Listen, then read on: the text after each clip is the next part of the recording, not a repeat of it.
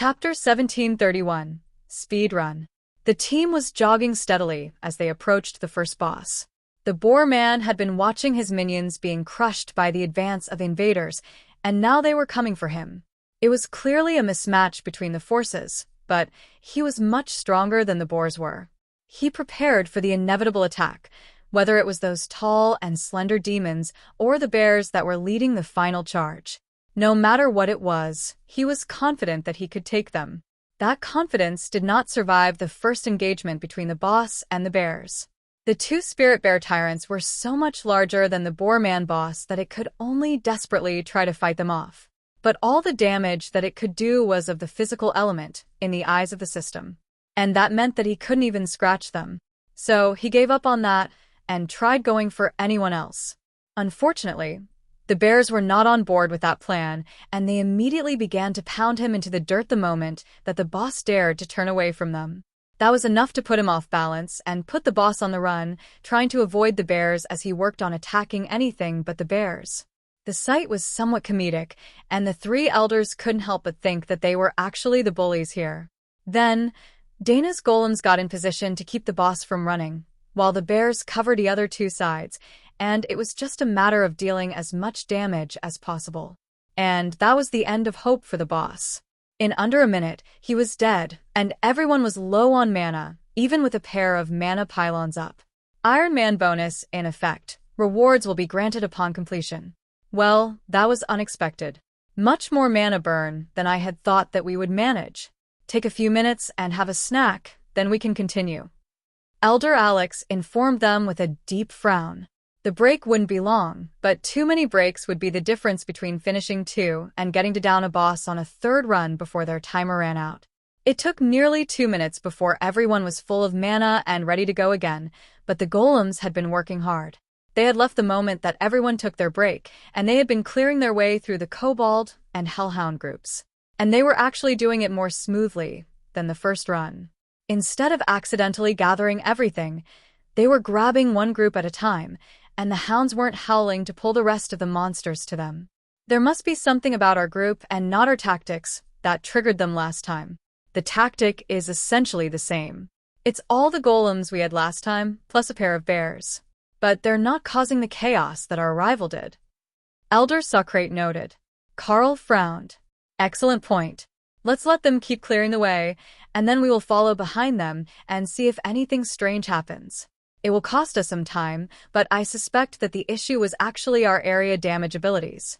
We hit targets that were outside the area of the group that we pulled, so we pulled more mobs to us. We could try hitting them only with small area attacks and direct damage skills. That should be enough to keep from pulling anything else, since it's clearly not a regular occurrence, or one of you would have known and been prepared for the situation. The elders considered the solution, then motioned for Carl to lead the way. Everyone could deal direct damage to the monsters when they caught up with the golems, and that would take them to Cerberus in a reasonably short time. This whole speed running a dungeon situation is a bit crazy. Who even does this? Elder Socrate complained as they jogged toward the fight. You just hate physical exercise. You'd rather be in your lab working on new pills instead of out here in the fresh air, stretching your legs. Yes, very much so. Remy nodded. I don't like stretching legs either. Legs are overrated. Elder Alex stared at the snake for half a second before realizing that it was a joke and bursting into laughter. Indeed. I can see how a Naga would object to all things leg-related. Remy giggled as she floated along beside the elders. Exactly. Even my lovely bodyguards do not come equipped with legs, and they're specifically designed to protect me. Since they don't need legs, how important could they be? Words of wisdom from our resident Naga matriarch. Perhaps we should start teaching the students how to fight effectively when their legs are not in use. Elder Socrate joked. Kara could already imagine how much fun she would have with that training class. They were just about to join the group when an angry brown form launched itself out of the trees, one of the roaming wolverines that had missed the passage of the main group. Kara was on it instantly, and for a moment the elders hesitated. They were roughly the same size and shape, and she looked so happy having a fist fight with her wingless brown cousin. But they were on a schedule, so it was time to get rid of the nuisance and move on to join the rest of the team. The barrage of single-target skills took out the Wolverine the instant they hit, and Kara was left with just one hit. Hardly enough to be satisfying, but better than nothing. Now that she knew what they looked like, she could just have Opal make them with illusionary domain and reality warp. Playing with those long-toothed cousins of the Badger family seemed like it could be a lot of fun. There was plenty of time for that, though. Chapter 1732. Faster than expected. The team managed to catch up just before the golems charged directly onto the platform where Cerberus was standing. The bears took the position of Carl and Thor, drawing the boss' attention and letting them turn him away from the group so that Oathbreaker could do as much damage as possible. With a whole team in place, the damage stacked quickly, and the elders were beginning to notice that something was off with their damage. They were all in a group for the dungeon, so Rampage affected everyone, and they had been moving faster than usual this run, so the damage done in the last minute was higher than the previous run. It was increasing with their focus and the extra mana that they were putting into their attacks. Last run, they had paced themselves for maintenance. This time, they were going all out to kill everything as fast as possible. The speed was enough to give Elder Alex a bit of hope for their future, as the boss was already visible losing health. Cerberus turned to the group, intending to give them a triple dose of flame breath out of annoyance with their battle tactics. Thor created a curved bulwark around the boss' head, deflecting the flames harmlessly to the side, where they only did minimal damage to the golems that were gathered in melee range behind the boss. Tion groaned as he suddenly had to do a lot more healing than expected. He had gotten used to the bears, which took so little damage, and this was the first real healing that he had to do. This was almost like work. Dana gave the little fox a pointed look as he silently grumbled about doing his job, and Tion began adding extra notes to his inspiration tune, trying to drown out her mental chastisement. Nobody was going to die, he was healing more than enough for that, and Leo didn't have to step in with rejuvenation to assist. Cerberus was not going to simply go down that easily. Instead of letting Thor block his mouth again, he turned and bit down on 3 of the golems before dousing them in flames. That was much more effective, even if it greatly limited the area of effect. However, his flame breath couldn't be used constantly. It took time to prepare it again. So, he had to let the golems go to defend himself properly. That was an annoyance, as they kept switching positions, which was making it difficult for the 3-headed demonic dog to focus down any of the targets. With the constant incoming healing, it only took a few seconds before the majority of the damage that he had done to be recovered. Cerberus fought valiantly right to the last second, but the result was as predicted. Iron Man bonus, in effect, rewards will be granted upon completion. The constructs and summoned creatures immediately moved on to clear a path through the snakes and the bears, making their way to the final boss. The same as last time, they were recovering before joining the fight. But unlike last time, they were remaining behind the group so that they didn't get ambushed by snakes and delayed in reaching the boss due to burning more mana. "Do we have a timer?" Elder Kushal asked as they walked through the woods, regaining energy for the final push. "Hawk, what's the timer?"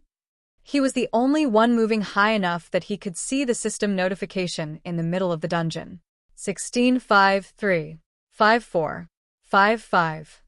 Just about 17 minutes now. We're well ahead of schedule.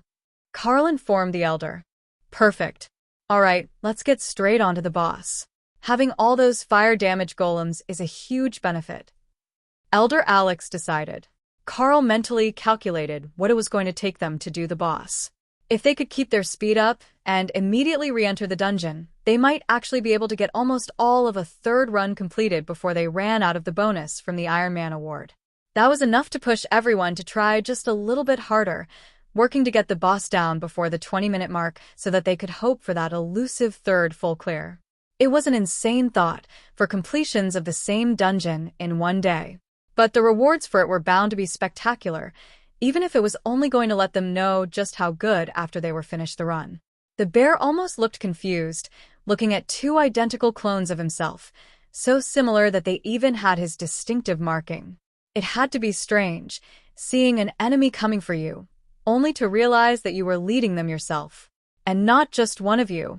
Confusion turned to panic, which turned to rage as the bear desperately fought against the clones of itself that were inexplicably stronger than it was. Carl had enough buffs that even though the base level was still lower, the final outcome was a stronger Spirit Bear Tyrant than the original had been. Once Carl got into the ascended ranks, there wasn't much that would be able to stop a summoned beast that was so durable. 19 minutes 30 seconds.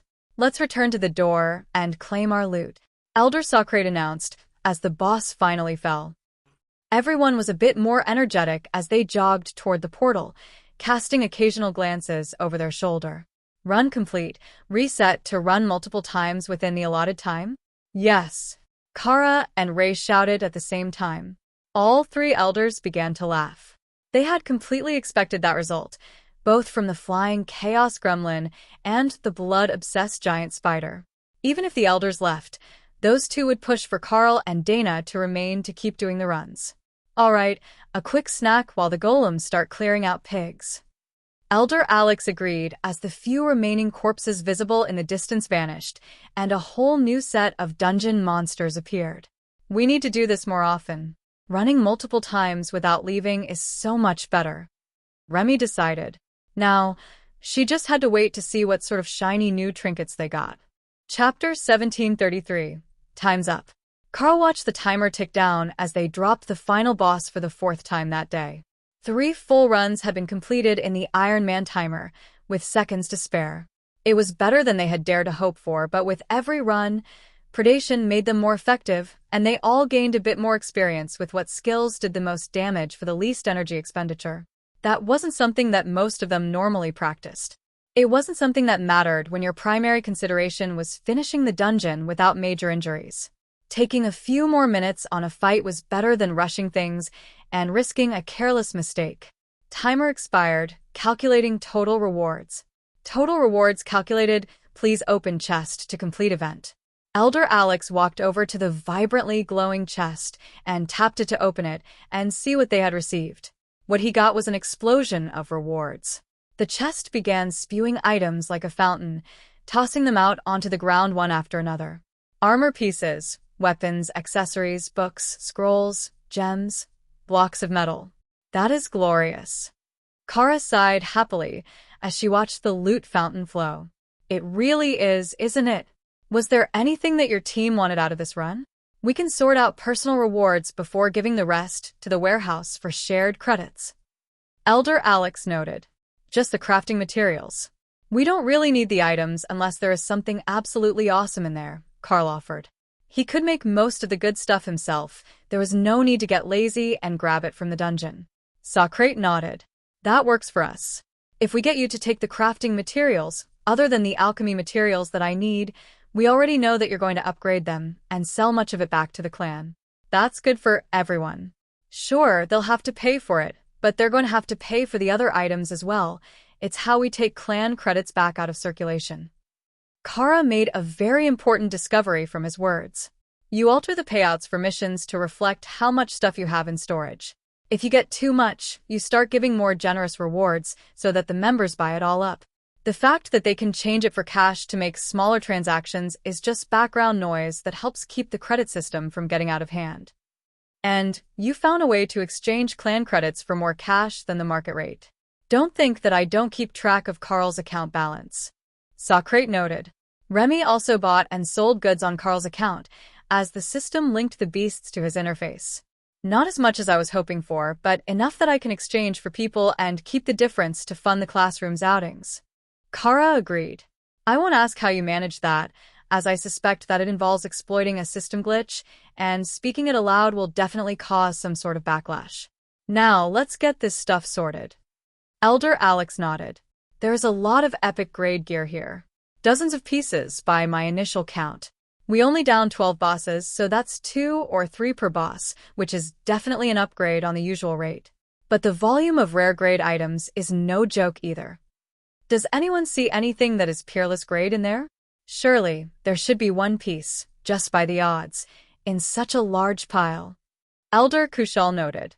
Socrate pulled up a pair of gauntlets. These are peerless, but... Flaming Fists of Fury, Immortal Rank, Peerless Grade. Warrior, Class Only. Adds 900% base damage as fire damage to all attacks. Adds 300 points to base strength. adds 100 points to base agility. Kara examined it for a few seconds, stunned at the evil genius that went into making it. It only works for base warriors, not people who can use warrior class skills or subclasses that used to be basic warriors. Just warriors. That is both hilarious and tragic at the same time. You definitely need to sell that to another clan.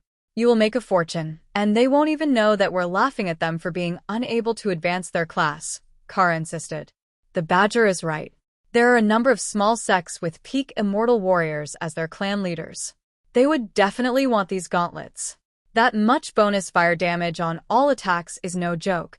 This is actually an incredible item. It's just so limited in who can use it that it might as well be worthless to us. Elder Kushal agreed. Then Dana picked another peerless item out of the pile, and it was even worse than the first one. Stealth Club of Skyfall Immortal Rank, Peerless Grade.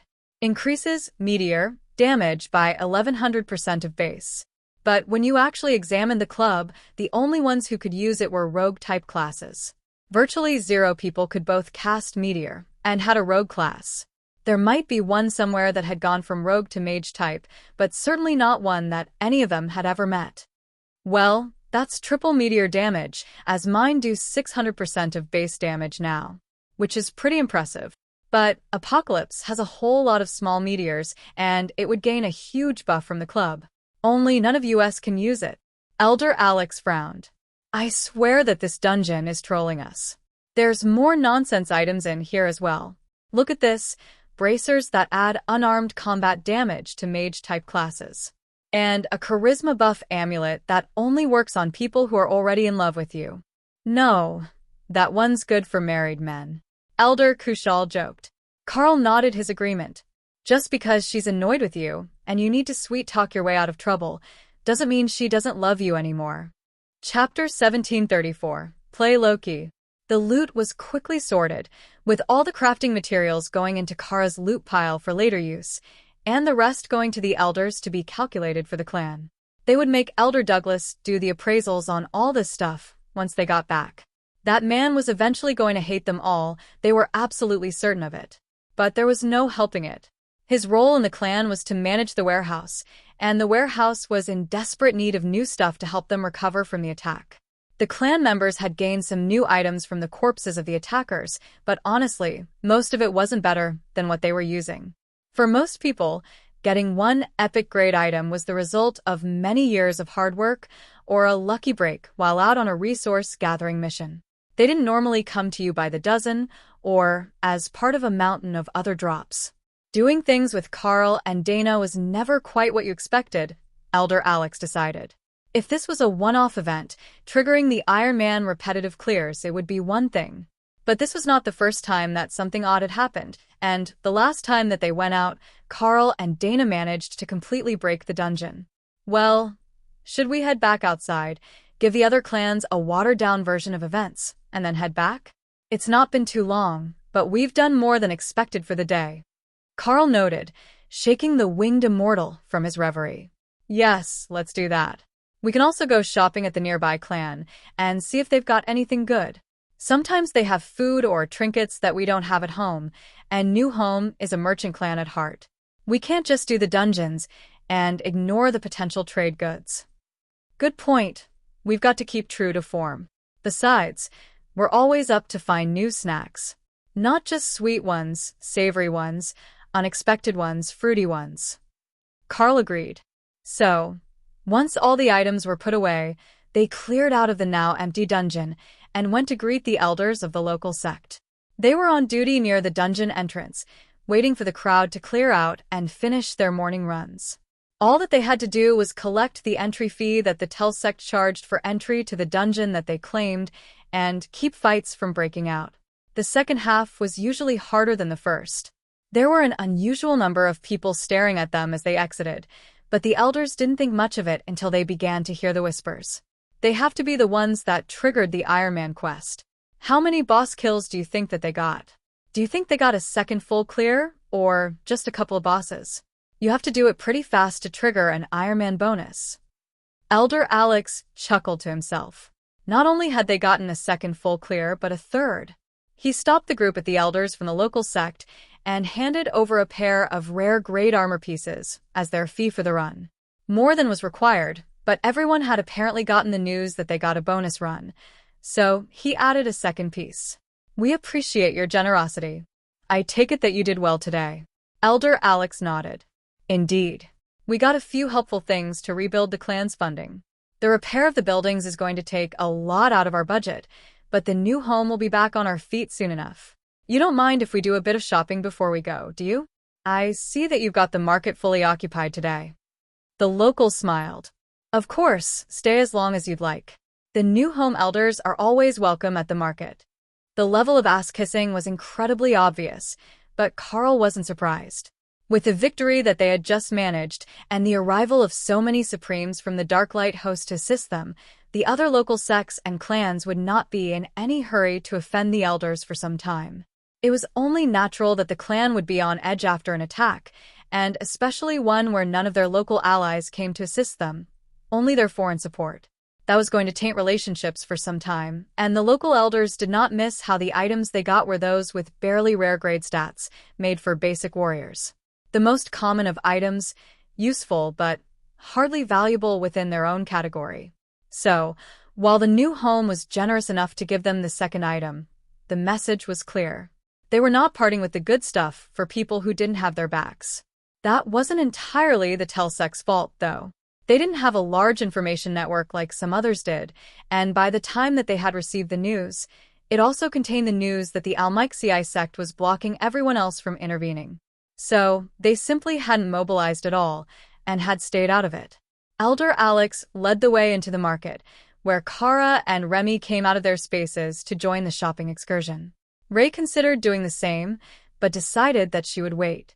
She didn't see anything good yet, and she was working on new seasonal designs for the team in Drod to mass produce. Once those were finished, she would come back here and examine anything that seemed to be worth exploring. Really, she didn't have much hope for them. They were all wearing the same outfit, so it was probably a uniform for the local sect members, and they would have no real desire or appreciation for true fashion. Besides, Kara and Remy had only come out to check on the snack stalls and herb shops. Chapter 1735. How to Shop. The city of Telhusto, near the dungeon, was a lively sort of place, with a mix of different clans and sects set up in the market and running full-time shops. The strongest of them ran the dungeon entrance, but there were at least a dozen other small ones that Carl could see, and some of them looked like they might be interesting to get to know. Instead of being all warrior groups, he could see that some of them were alchemists, with potions and herbs hung from their belts. There was an entire clan full of druids who ran a magical beast pet store and cat cafe in the city. They would have to come back to that after Lotus made it to immortality, Carl was certain. The place was packed with guests, and the smell of quality coffee was coming from inside. Between coffee and fluffy magical beast kittens, there was no way that the cleric could resist once she knew.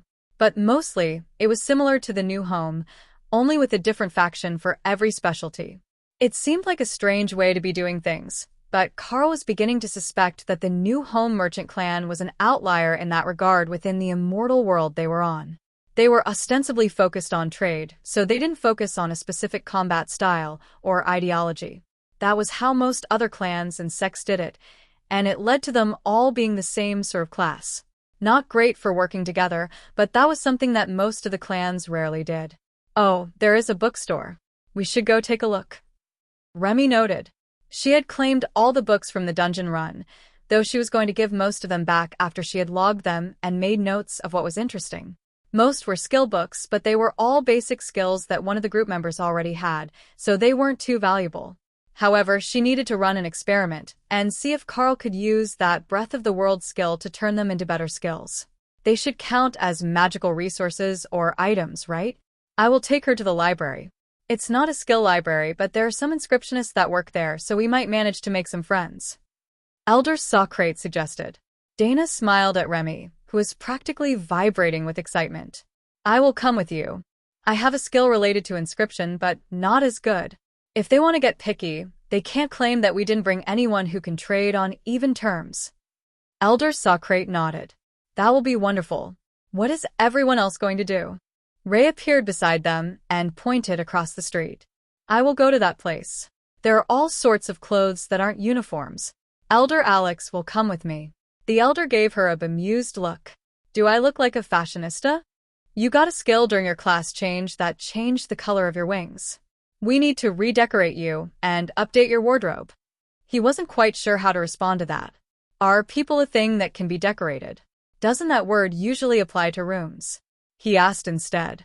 Carl and Ray laughed, and the spider wrapped an arm around his shoulder. Oh, you sheltered researcher. There is so much that you don't know about the world. Let me show you the joys of fashion. Once we've found you a few things from the city, I will make you the rest of what you need to look like a proper immortal. Elder Alex looked at his own outfit, then at her, then at everyone else on the street. If anything, she was the one who didn't look like a proper immortal. Sure, his outfit was dated and rather plain, but there were extras at the clan warehouse because nobody wanted that color of dark blue. It was very practical and in the common style. Ray had gone for black leather pants that looked like she had painted them on until they got to the lower legs and flared to go over her ankle boots. Paired with a red long-sleeved silk top that showed off her ebony black midriff, she was attracting a lot of attention in the street, especially when she started to walk with him. Elder Alex wasn't certain if the spider had either mastered the art of walking or didn't understand it at all. She had a rather provocative sway as she walked, but it somehow didn't feel sexual. It was more like the sensual stalking of a predator playing a hunting game. Slightly disturbing, but nobody could look away. She dragged the elder into the shop, and an excited clerk with a pincushion on her arm rushed over to greet them. Miss, you look absolutely stunning. Might I ask who tailors your outfits?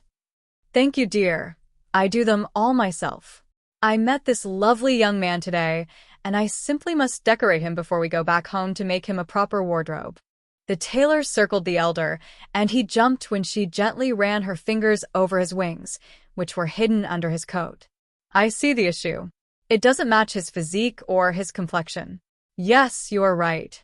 If you're going to make him a whole new wardrobe, he simply can't continue walking around like this. Ray smiled. This was perfect. She had an excuse to learn firsthand what the locals thought as they were picking fashions, and she could ask in-depth questions about it without seeming invasive. She would thank the elder for his sacrifice with clothing later. Outside, Elder Kushal chuckled softly at the beastkin elder being dragged away by the spider. Well, that only leaves us. Unless some of the others are coming out. Karo appeared on the elder's left and took his hand. We can't leave you unattended. But I have a better idea than books or fashion.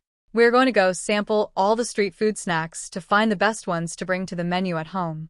Hawk says that they've got good meats, and I trust his opinion. Chapter 1736. Barbecue Barbarians. Hawk came out to sit on Carl's shoulder, and Elder Kushal idly noted that Carl had forgotten to change back from his combat form. He was still in the form of a cat demon, which he used in the dungeon so that he had claws to combine with the haint claw that he was using as a primary weapon. That thing was absolutely nasty, stealing life essence and soul energy from everything that it hit. But it was an immortal rank living weapon. There weren't many weapons that could be deemed as superior to it in the entire immortal world.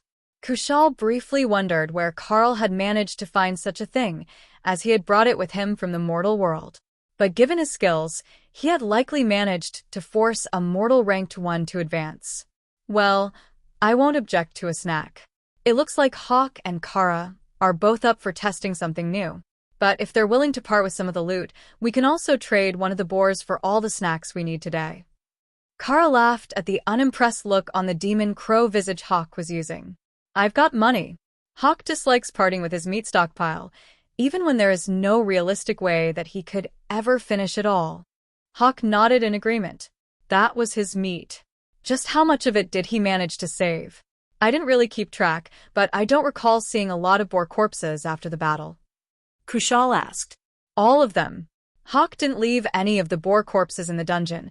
His space lets him keep them all. In the street in front of them, an ascended immortal barbarian with magical tattoos all over his visible upper body stopped. Did you say that someone in your team managed to bring the boars out in bulk? We could really use more. Most of the time, We can only bring out a few per run because they are so large and our inventory won't store them unless we chop them up, but then they take multiple slots, and we can't roast them whole. Hawk did. But he's a bit protective, Kushal explained, with a gesture at the bird. Hawk, my friend, I don't suppose that I could purchase a few of them from you? In exchange, I will make you one of our signature, whole roasted pineapple pigs. Hawk thought about that for a second. He didn't know pineapple pig. It sounded pretty good, though. Reluctantly, he nodded. Where do you want me to put them? I will give you 2 raw ones for 1 cooked one. That seemed like a fair trade to him. There were other ingredients that went into making a properly roasted pig, so 1 pig could pay for the cooking and 1 for the ingredients. If it wasn't worth the price, then he would know that pineapple pig was not good enough to make it to the tiny world's list of new foods. My clan's restaurant is right over there. You're going to love this, I'm sure of it. We do a version of it every day, but it's not the same as doing a whole pig. Wait, you're not in a hurry, are you? It takes all day. Hawk squawked and shrugged, spreading his wings to approximate the human gesture. He would wait multiple days for good food. The restaurant was filled with young women when they entered, all there to ogle the shirtless barbarians who ran the place. They all had the same sort of magical tattoos on their skin, and Carl was intrigued by the process.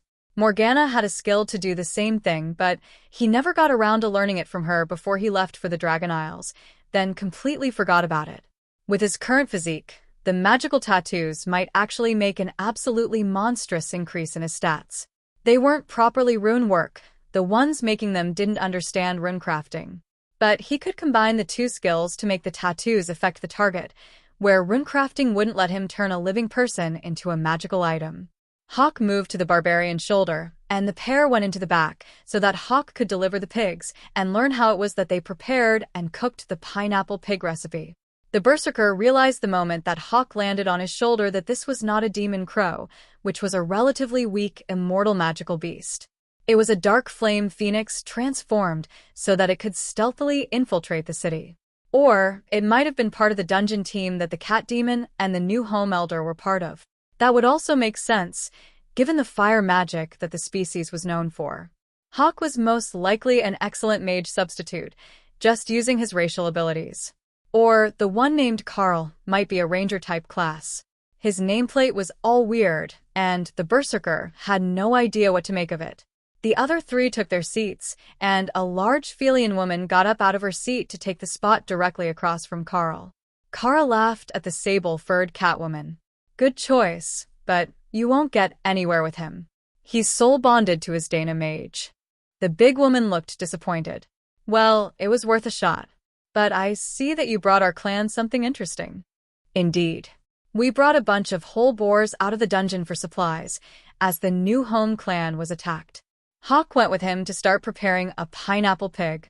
He's quite excited about it, and apparently, it's not easy to get intact boars out of the dungeon. The Felian chuckled. They're 2 tons.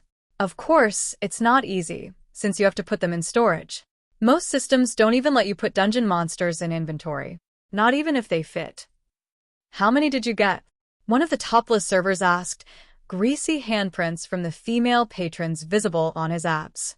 We traded 2 raw boars for 1 cooked one. So, there will be a couple more for the restaurant today, Carl replied evasively. Oh, that is excellent news.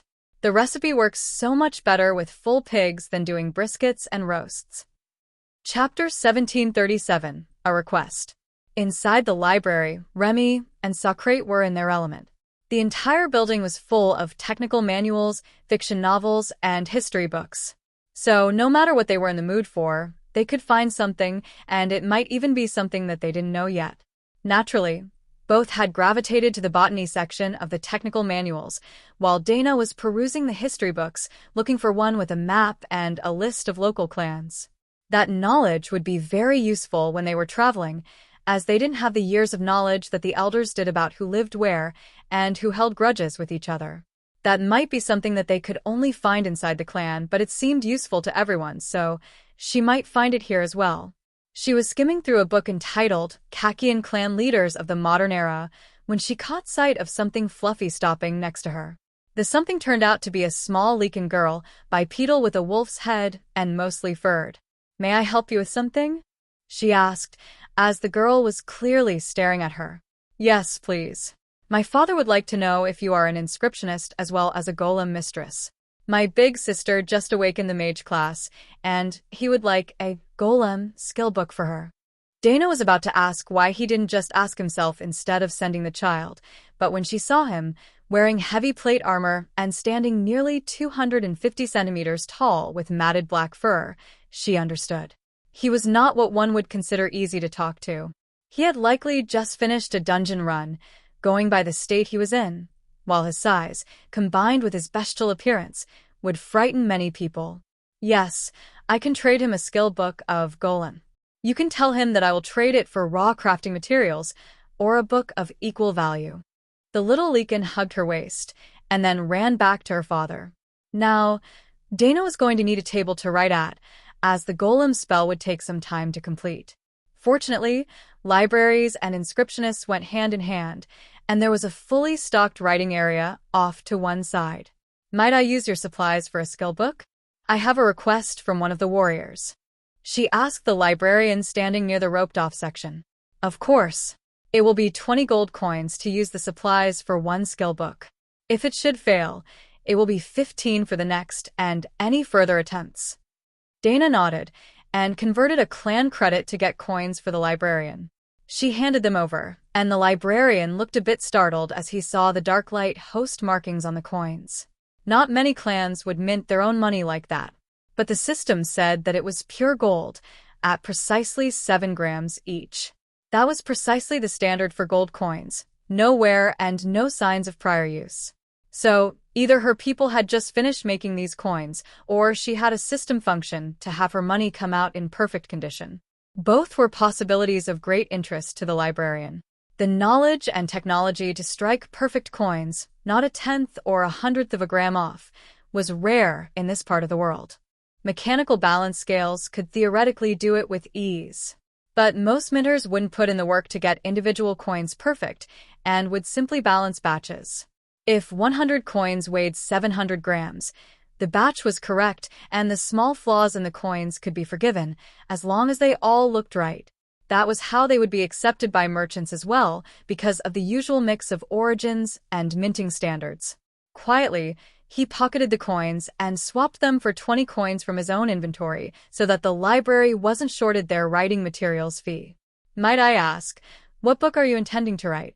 I can bring over additional materials if they're in stock, he offered. I will be writing the Golem skill book. However, I have what I need.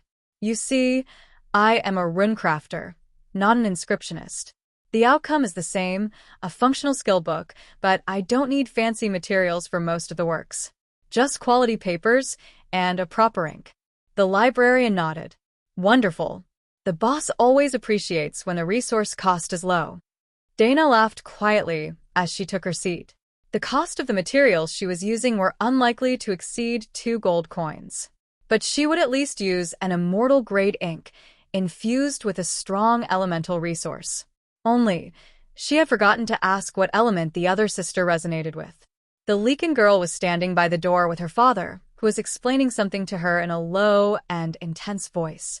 Dana's guess was that they were discussing the payment, but the little one wasn't awakened, and the father was a warrior, so she couldn't use them as reference. So, she went with the default for all things golem. Earth element.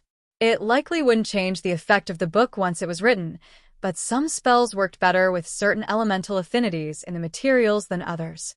Her own basic golems were made of stone, so there should be no issues using earth elemental materials to make the book. The librarian, on the other hand, was taking detailed notes of everything she did. From the choice of ink to the placement of the blank parchment pages, he was recording everything. And now it was time for Dana to blow his mind. Because when you had rune crafting, skill book didn't require the user to physically write the whole thing. She could just touch her quill to the page, and the skill would fill it in so she could move on to the next. It was a much more efficient process than simply writing like the inscriptionist would do. Chapter 1738. The Dumb is Spreading. With Dana immersed in her work, Remy and Socrate spent the next half hour immersed in their search for new knowledge, but only found a few books that they didn't already have in their possession. They brought them to the counter to purchase them anyhow and were given a duplicate from the storage room, while the display copy was placed in a cart to be returned to its shelf. That was a curious process to Remy, but it wasn't difficult to understand. The library books were for reading in the library, and if you needed to keep one, you bought a duplicate that the librarians had made. That way the shelves stayed full, and everyone could come here to research. With their purchases made, the pair went to wait by the writing section for Dana to finish what she was doing and to check out a few of the romance titles, in case there was something Opal would appreciate. Someone's about to do something dumb, Remy noted as she watched a group of warriors enter the library with their eyes scanning the room. They pushed right past the librarians, who immediately called for guards. But the guards from the local forces wouldn't get here in time to protect their library from the oncoming confrontation. So, they would have to focus on keeping the books safe. It wasn't common for attacks to happen in the library, but it did sometimes happen, and it was clear that it would happen here today as well. They were marching right through the library, knowing where they were going before they had arrived. But it was only when Remy realized that they were headed for the writing section did she realize that Dana was the target of today's daily dose of the dumb. Elder Socrate motioned for her to remain silent. The Naga was almost certain to make things worse, as there was a good chance that someone would think she was a juvenile and attempt to abduct her as a bonus. The Leakin had realized the same thing that Remy had, and he also moved to the side of the writing area, a few rows back and out of sight. If they were going to try to steal the book that he had purchased, he would not let them have their way. But if this was a personal grudge between the two, he wouldn't interfere with someone else's fight. Dana was an exceptional craftswoman, but she was still a stranger, not a friend, not a member of his clan. Plus, she had an elder with her from her own clan. Dana put the freshly created skill book into her inventory and stood to face the group that was coming her way. That's her.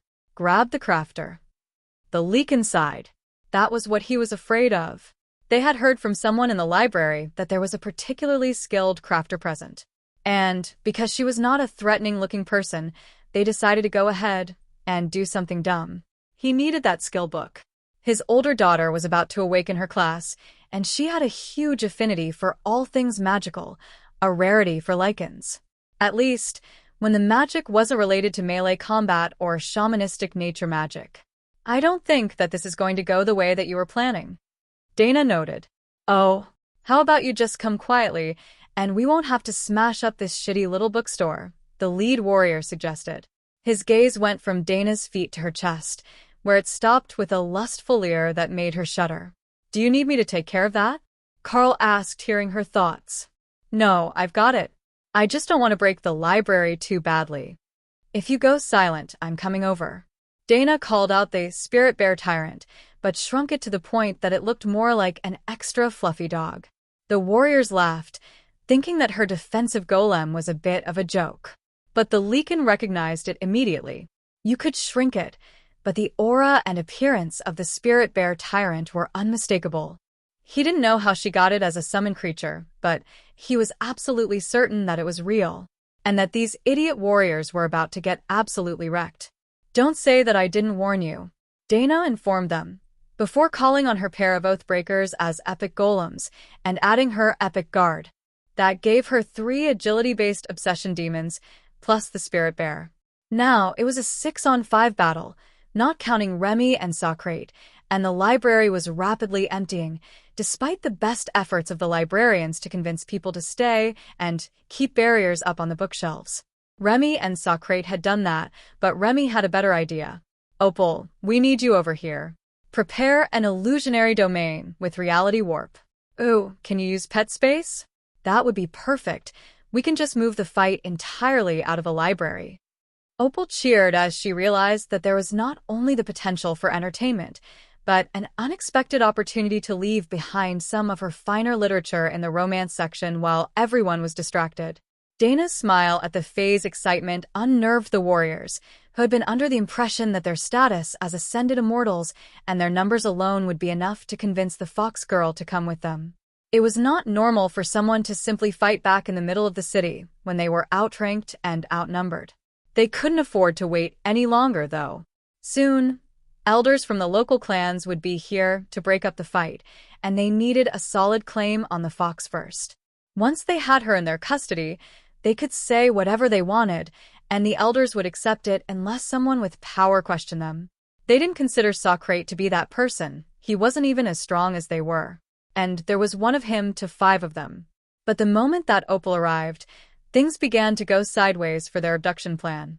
Chapter 1739. Not in the library. The moment that Opal appeared, she activated her illusionary domain and then placed the whole thing inside pet space, pocket dimension. The warriors felt themselves being shifted, but as the illusion matched perfectly to the library, they couldn't tell what had changed in time to try to stop Opal. So, while they realized that something had changed around them, none of them realized that they were no longer in the library at all, and were actually in a separate space completely controlled by Opal. Ghostly voices howled from the shelves, and pinpricks of red light appeared in the shadows as the lights in the room began to dim. Shit. Necromancer. One of the warriors cursed as he moved to protect the rear flanks of his group from ambush. None of them could spot the necromancer. They could sense the Leakin, the old man, and the snake. But everyone else was hidden from their senses. But there had to be someone else here. The golem mistress hadn't created the ghouls in the library, but they could feel the chill in their bones as the creatures tried to suck away their life essence. Opal was using Soul Harvest on all hostile targets within the space, but because they hadn't realized that they were in a separate space yet, they thought that it was the ghosts. Dana had already realized what the former butterfly was doing, but she was holding position, waiting for the warriors to do something. The longer that she delayed, the more that they were losing to the effects of Soul Harvest, and the more gain that Opal, or perhaps Opal and Carl, would get from the fight. Screw this. Grab her, and let's go. This place is creeping me out. The warrior shuddered as he could have sworn that he felt a fingernail trace its way up his neck. And then his head separated from his body as Ray turned corporeal. I am deeply disappointed in you as a friend. You didn't even call me. Dana smiled. I knew you'd be here when you were ready. The casual conversation snapped the surviving warriors out of their frozen stupor, and a volley of skills launched at Ray, who simply wasn't there anymore by the time that they landed. Shadow Step was faster than their attack skills, and she had turned incorporeal with Night Haunter again. But Ray wasn't in a hurry. There were more than enough idiots to go around, and Sister Opal had big plans for them. Not counting what was about to happen to them as Dana's bear realized that these were actual bad guys, not just clowns. The Spirit Bear Tyrant was figuring it out quickly, even without a direct order from Dana. She had shrunk it down to the point that it looked harmless to the warriors. But that didn't change its stats, and a full-strength Spirit Bear Tyrant in a 100 kilograms body could move far faster than anyone expected. The bear slammed into the lead warrior, who slammed his blade into it, using Sunder to attempt to split the furry golem in half. Only nothing happened. The Spirit Bear was immune to physical element damage and simply shrugged it off after being knocked to the ground. Dana gave the warriors a cruel smile as she motioned for the Oathbreakers to move forward, and then drew her sword as she shifted the Spirit Bear back to full size. Oh, we're going to have so much fun. Oathbreaker laughed as he twirled all 4 swords in his hands. They're just golems. They only look intimidating. We've got this, the leader of the group assured his minions. You don't. You really, really don't. Oathbreaker informed him. Then the demons attacked, going all out against the warriors, who were ostensibly a sub-rank higher than they were, but who were mere warriors and not epic grade summons on par with a lesser dungeon boss. At least in durability. Most actual dungeon bosses couldn't output the amount of pure damage that Oathbreaker did, and if he was as durable as someone like Carnage, it would be a completely unbalanced situation. Like it was right now, with Void Body granting them limited invulnerability and void regeneration. One of the warriors broke free of the 4 constructs and came straight for Dana. Ray shifted to stand nearby, but she would let the Dana mage get in a few good hits before she stepped in. Dana clearly wanted to beat the stupid out of them, while she was much happier to just work on her attempts at making a living lawn sprinkler. She was pretty sure that she knew the right size of holes to punch in them now. Dana activated Warbeast, granting herself an epic grade constitution, as well as a fully furred form. Behind the shelves, the Leakin whistled softly to himself in appreciation. That was a whole lot of woman right there. He might be a happily married man with multiple children, but he could still appreciate the fine things in life. And a divine fox with an epic constitution was as good as an art exhibit in his mind. Otto Perry made short work of the warrior's attempt to capture her, and Dana activated one of her less-used blade skills, just to show off a little. It was from a few progressions ago, a skill called Falling Plum Blossom Petals. Ostentatious in both name and appearance, it filled the air in front of her with a wave of sword energy that left a trail of pink petals in its wake. First, the wave hit, driving the warrior back as he parried. Then, the petals rushed forward on a wave of wind, slicing him with 1,000 tiny wounds. Ray smiled as she saw the display. Perhaps there was hope for the Dana mage's fighting style after all. That skill was absolutely glorious for turning warriors into blood fountains. The other four weren't faring much better. The epic guard was too fast for her opponent to get around her and reinforce the others. But none of the others could solo any of their opponents. The Spirit Bear had already crushed his opponent, while the warriors fighting Oathbreaker were looking smaller than she remembered. The demons had broken both of their legs so that they had to hobble around on the stumps to fight. "I think they've learned their lesson. Haven't you, gentlemen?" she asked. The surviving warriors nodded rapidly. Yes, we've learned our lesson. Forgive us." Dana gave them a gentle smile. "Of course. As they say, forgiveness is divine, and I am a divine fox." The men looked relieved for a half-second before Dana continued. "That's why it will be Lady Ray sending you to your maker. I have work to do."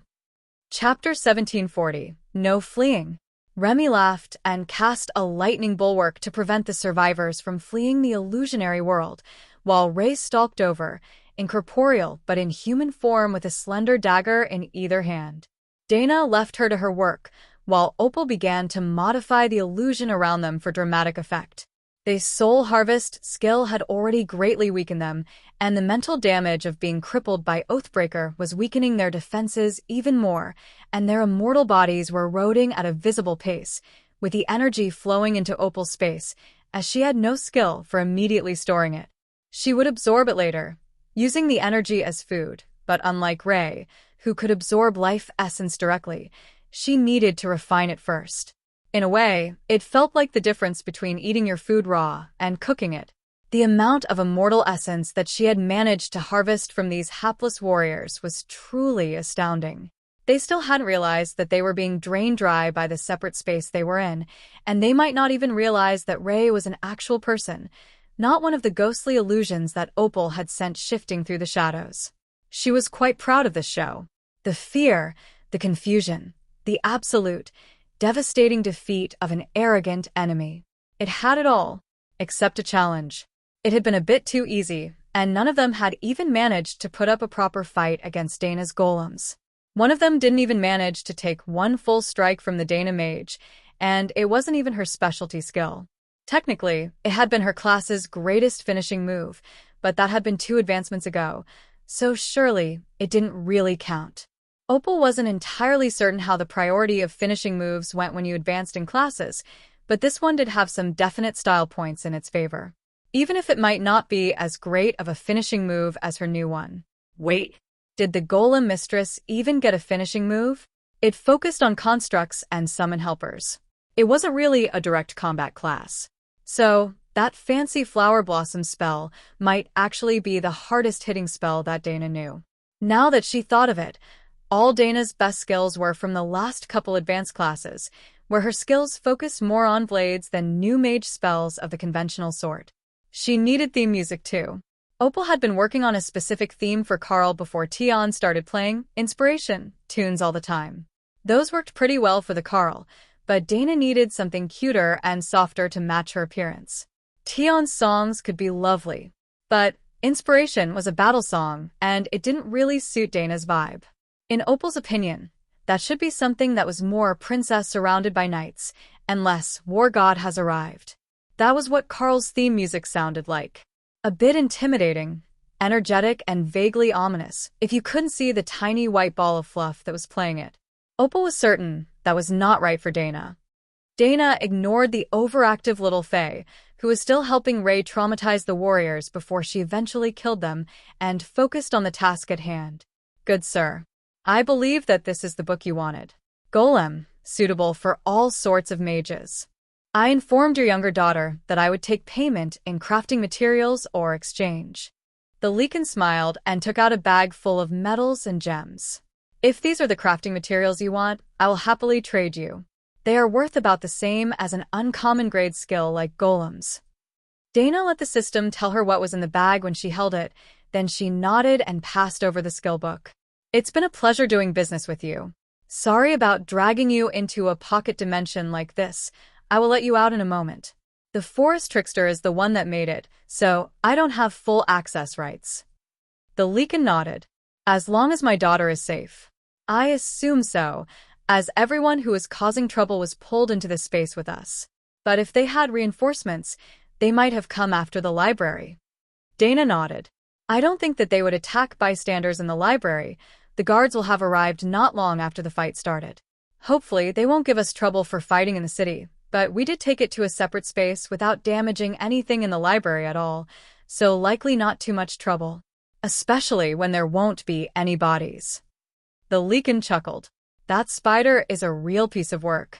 Sure, she's not ascended yet, but the amount of damage that she can do with a single hit is insane. I can only imagine the terror of the clans when she does advance through the ranks. I take it that she is a friend of yours? Dana nodded. She's bonded to my husband and honorarily in the new home clan, as they recognize his beasts as part of the team. The Leakin smiled. That is a brilliant strategy on the part of the elders. I take it that the Naga matriarch is one of your husband's bonded beasts as well? She appears to be good friends with Elder Socrate. Dana laughed. Indeed. They're both alchemists, and I think that at this point, she actually spends more time with the Elder than with everyone else combined. Even today, when we came out shopping after a dungeon run, she dragged him along to the library, and I just tagged along to keep them company. And so that I didn't get forced to be the fashion model for the day. Lady Ray has a thing for silk clothing. The Leakin chuckled. It's like cocooning people, but without them objecting and whining. I know a few spiders, and they all keep a bit of that predator to them.